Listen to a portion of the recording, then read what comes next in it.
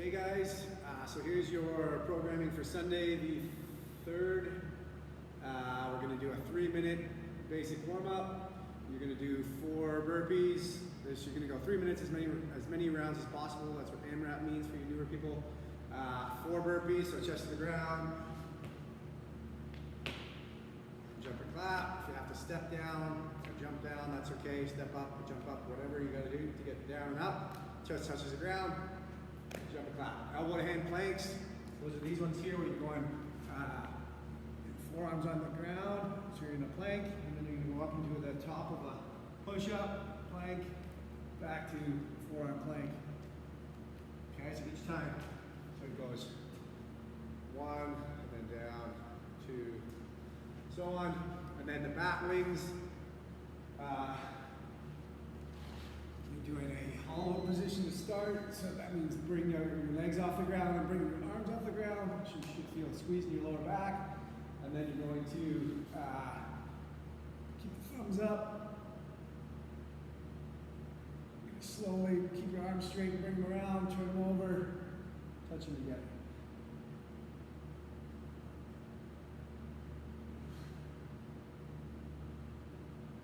Okay, so out of that, I'm trying to get that lower back working while I'm in that hollow position the whole time, and also I'm trying to squeeze the muscles in my upper back. Slowly controlled, just trying to warm up shoulders and thoracic spine. Yeah. So we are doing warm up. You're going to do 5 rounds, rotating through those 3 things. So you got planks, dumbbell rows, and handstand hold. So that's not for time. So you're going to just kind of move through the movements, rest a little bit in between each one. You're not trying to race to get it done. Some of them you might be working on the skill a little bit, like the handstands for some, but you're just going to do a forearm plank for 30 to 45 seconds. You can add a weight to yourself if you can wiggle a plate on your back. So it's just a forearm plank. Right, so I'm going to hold for 30 to 45 seconds. Go on the harder side, like usually planks people can hold a little bit longer, so hold for 45 seconds if you can hold for 45 seconds. If you need to add a weight to yourself, some people might be able to get a plate on their back. If you have one, kind of wiggle into a plate here. And then hold that.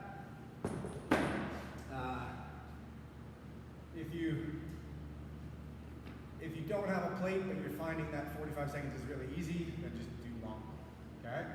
Maybe hold a minute every time or whatever. But if you have a plate, some people have some plates at home. You can put a book on your back. You can put, it's kind of hard to put a dumbbell or whatever on your back, but something flat, like a textbook or something might work. A couple. You might need a partner to help you, family member to put it on your back. Dumbbell rows or kettlebell rows. We're going to use a bench or a stairs or a chair or a couple chairs to put side by side. You're going to have your dumbbell or your kettlebell, doesn't really matter what you're using. You're going to have the same knee and the hand on the bench, and your back should be horizontal, so parallel to the floor. And I'm going to go down from the straight arm here, and I'm going to pull elbow as high as I can. Basically that should get the handle or whatever I'm holding to my chest without twisting my body. I'm going to go back down, so it's going to be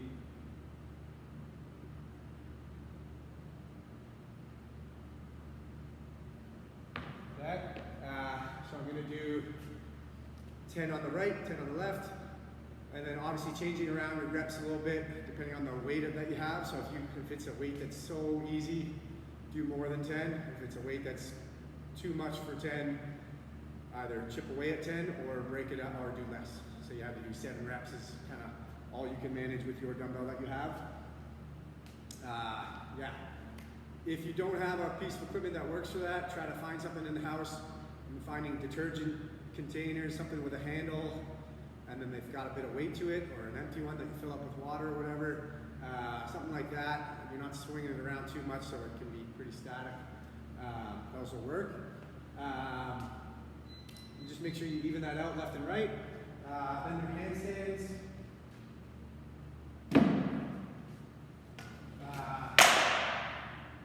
So just trying to hold a proper handstand if you can. So you're kicking up. Some of you guys, especially people who've been doing this a while, have a decent handstand. So we're going to kick up. We're going to hold that straight. I want to have a nice looking handstand. I don't want to have like my legs like this, my body looking all funny. I'm going to try to reach as tall as I can. Head through, meaning I don't want to be looking at the floor. I want to be looking forward, okay? And as locked out as I can. I don't want to have any bending in my arms. See how that makes me fall off the wall?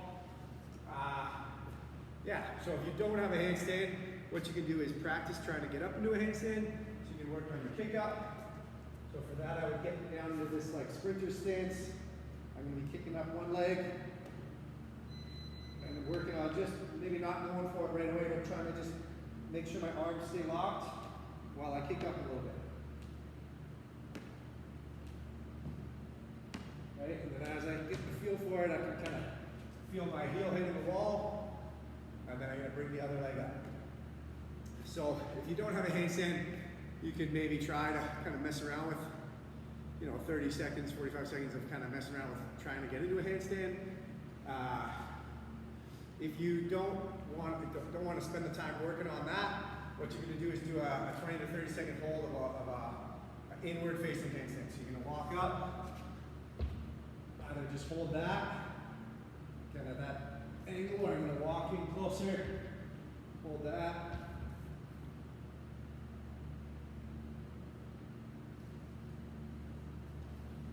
Okay, but either way, you want your body straight. So you want to be holding this and not kind of like that, or kind of scooping up like that. Yeah, so if you have that skill, or you want to kind of take the time to work on getting up into proper handstands, I would use that time today. We got a tough wad ahead of you, so if you want to work on a little bit of skill, but if you want to just put in the work and kind of not think, then do the easier version, do the 30 seconds, yeah. Okay, so for the WOD, you're going to get through that list once. So 100 double unders, 100 double skips. If you only have singles, you're going to do 200 singles. You'll get there, you can just chip away. If you don't have a skipping rope, I would do maybe a run. Okay, so pick a run that's, maybe like a, 400 meter run or something. Okay, so find your mark that you can run to, a 200 meter mark and back. Pick a number that you think would be relative to 100 double unders for you.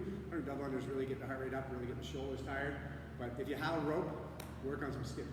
Okay, then you're gonna do hand release push-ups. So those are lay down at the bottom. So I'm gonna lay right down, chest touches the ground. I'm gonna take my hands off the ground. You can see my hands right now.